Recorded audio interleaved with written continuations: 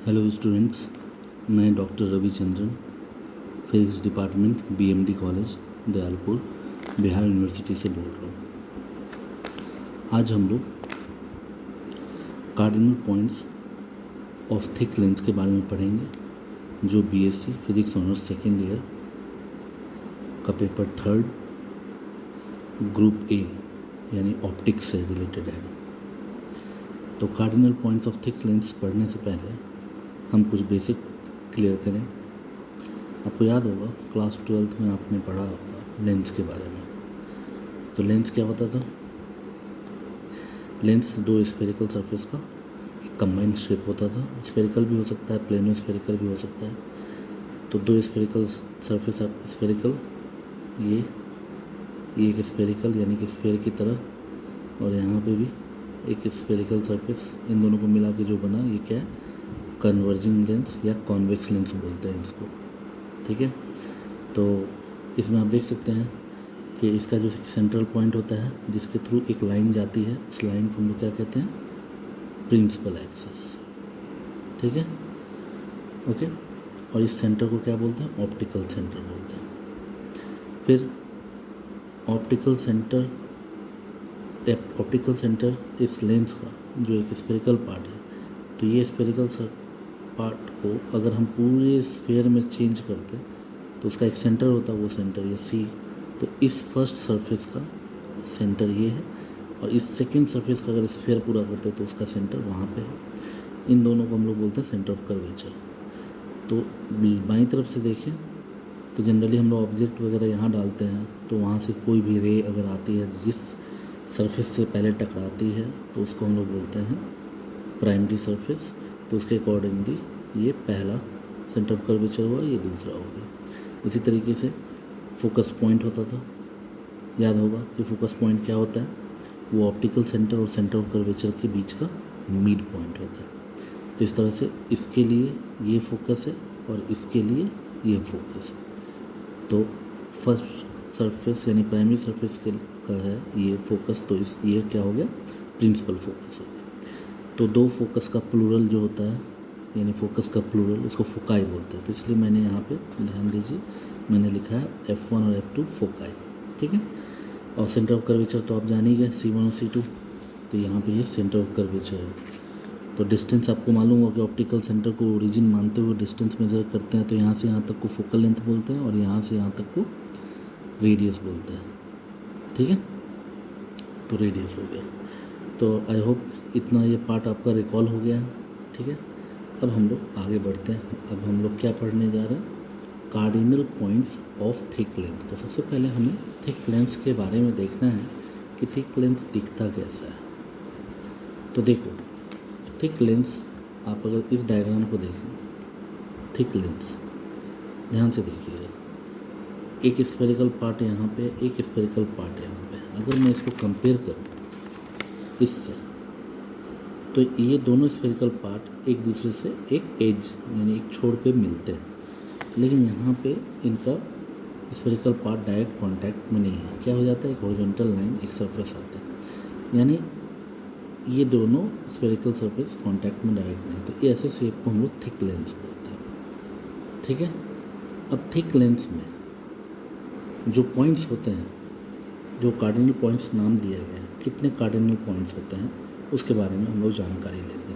तो सबसे पहले मुख्यतः कार्डिनल पॉइंट्स टोटल 6 होते हैं, लेकिन पेयर में होता है। तो पहले मैं नाम बता दूं। देखिए यहाँ पे लिखा भी है 6 कार्डिनल पॉइंट्स, 2 फोकल पॉइंट्स। ठीक है, फोकल पॉइंट्स किसको बोलते हैं? जैसे लेंस में हमारा होता था फोकस के बारे में F1 F2, तो यहाँ भी 2 फोकस पॉइंट है, उसको फोकल पॉइंट्स कहा गया, F1 एंड F2। ठीक है, यहाँ तक आई होप कोई दिक्कत नहीं है। अब इसी तरह 2 प्रिंसिपल पॉइंट भी होते हैं, इसके बारे में भी जानकारी लेंगे, और 2 नोडल पॉइंट होता है। तो टोटल कितने हो गए? 2 + 2 + 2 6। तो क्या हुआ? Cardinal 6 cardinal points. ठीक है, इतना क्लियर है? ओके। और मैं बार बार बता रहा हूँ कि जो भी नोट्स है, जो भी मैं पढ़ा रहा हूँ, उसके प्रॉपर नोट्स ऑलरेडी मैं कॉलेज की वेबसाइट पे डाल दिया है। ठीक है, तो आप लोग क्या करेंगे, अपने जो भी रेस्पेक्टिव पॉइंट्स के हैं, जो भी मैंने लिखा है नोट्स वगैरह वहाँ डाला है, वो नोट्स डाउनलोड कर लेंगे, तो वहाँ पे भी ये टॉपिक आपको मिल जाएगा। यहाँ पे मैं सिर्फ ब्रीफिंग दे रहा हूँ, यानी बता रहा हूँ। खैर अब देखिए, तो यहाँ पे सबसे पहले हम लोग बात करते हैं फोकल पॉइंट्स F1 और F2 को। तो आप देख सकते हैं कि ये इसका फर्स्ट सरफेस हो गया, ये सेकंड सरफेस हो गया थिक लेंस का। थिक लेंस और इस लेंस में अंतर आप समझ गए होंगे। तो अब आते हैं, तो सबसे पहले हम लोग देख रहे हैं कि फोकल पॉइंट्स कहाँ हैं। तो आपको याद ही है कि फोकल पॉइंट्स किसको बोलते हैं। तो इस सरफेस का इस तरफ होगा तो ये आपको दिख रहा है F2 यहाँ पे, इस सरफेस का इस तरफ होगा तो दिख रहा है ये F2 आपको। फिर आपको एक रूल याद होगा कि अगर एक ऑब्जेक्ट है यहाँ पे, ऑब्जेक्ट से अगर एक रे आती है, अगर वो पैरेलल है, इस याद कीजिए ये प्रिंसिपल एक्सिस है जो ऑप्टिकल सेंटर के थ्रू जा रहा है यहाँ पे, तो अगर पैरेलल होता है तो रिफ्रैक्ट होने के बाद यानी अपवर्तित होने के बाद लेंस के थ्रू वो कहाँ जाता है, वो फोकस के थ्रू पास करता है। तो इसीलिए यहाँ से पैरेलल आया और फोकस के थ्रू पास हुआ, ठीक है। फिर एक सेंटर ऑफ कर्वेचर एक ऑप्टिकल सेंटर के थ्रू आया तो बिना डेविएट हुए उसी डायरेक्शन में हो जाएगा। तो ये डायरेक्शन वही है, बस ये शिफ्टिंग यहाँ पे हो गया, इसके बारे में चर्चा करेंगे। फिर इसी तरह एक अगर फोकस के थ्रू जा रहा है तो जैसे यहाँ पे क्या था, पैरेलल है तो फोकस रिफ्रैक्ट होने के बाद फोकस के थ्रू जाएगा। यहाँ पे क्या होगा, ये फोकस के थ्रू जा रहा है तो रिफ्रैक्ट यानी अपवर्तित होकर वो फिर पैरेलल हो जाएगा। तो आप देख सकते हैं कि ये रे इस प्रिंसिपल एक्सिस के पैरेलल हो गया। क्लियर, ठीक है। तो अब आप देखिए F1 और F2 क्या हो गया, फोकल पॉइंट्स यहाँ पे दिख रहा है आपको। ओके, तो ये दो फोकल पॉइंट्स हैं जो कार्डिनल के दो पार्ट हैं, 6 पार्ट टोटल पढ़ना है। फिर इसके बाद क्या है, दो प्रिंसिपल पॉइंट्स हैं H1 और H2। ध्यान से देखिए H1 और H2 कहाँ हैं। उससे पहले एक और चीज़, एक कंजुगेट पॉइंट्स किसको बोलते हैं। कोई भी दो पॉइंट ज्योमेट्रिकली अगर एक लाइन पे दिखता है तो उसको कंजुगेट पॉइंट्स कहते हैं। तो इसका मतलब F1 और F2 भी आपस में कंजुगेट पॉइंट्स, क्लियर है। तो उसी तरीके से H1 और H2 भी दो कंजुगेट प्रिंसिपल पॉइंट्स हैं, प्रिंसिपल पॉइंट्स है H1 और H2। तो यहाँ पे N1 और N2 क्या है, इसके बारे में भी चर्चा करेंगे। तो ये भी दो कार्डिनल पॉइंट्स हो गए। तो इसमें आप देख सकते हैं कि H1 और H2 के बारे में यहाँ पे लिखा गया है, ये क्या है, हैविंग लीनियर मैग्नीफिकेशन। आपको याद दिलाऊँ, लीनियर मैग्नीफिकेशन जो फॉर्मूला था लेंस के लिए वो क्या था, M=V/U, या यूँ कहें लीनियर मैग्नीफिकेशन का डेफिनेशन क्या था, ratio of image size upon object size.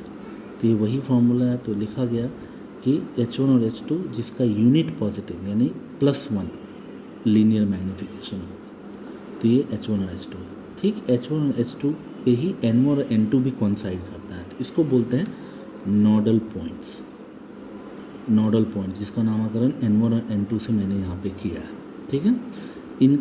इनका भी यूनिट पॉजिटिव वैल्यू होता है यानी +1 ही रहेगा, लेकिन एंगुलर मैग्नीफिकेशन आपको फिर से याद दिलाऊँ कि लीनियर मैग्नीफिकेशन कब होता था, जब image least distance of distinct vision, याद कीजिए एक आँख का least distance of distinct vision किसको बोलते हैं, 25 सेंटीमीटर, तो वहाँ पे आया।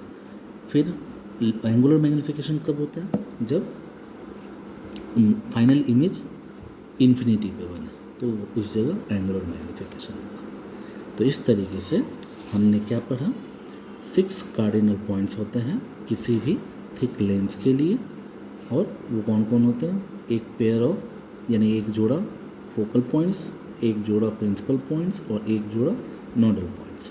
और वो सब क्या क्या चीज़ें हैं, ये हो गया फोकल पॉइंट्स, ये हो गया प्रिंसिपल पॉइंट्स और ये हो गया नोडल पॉइंट्स।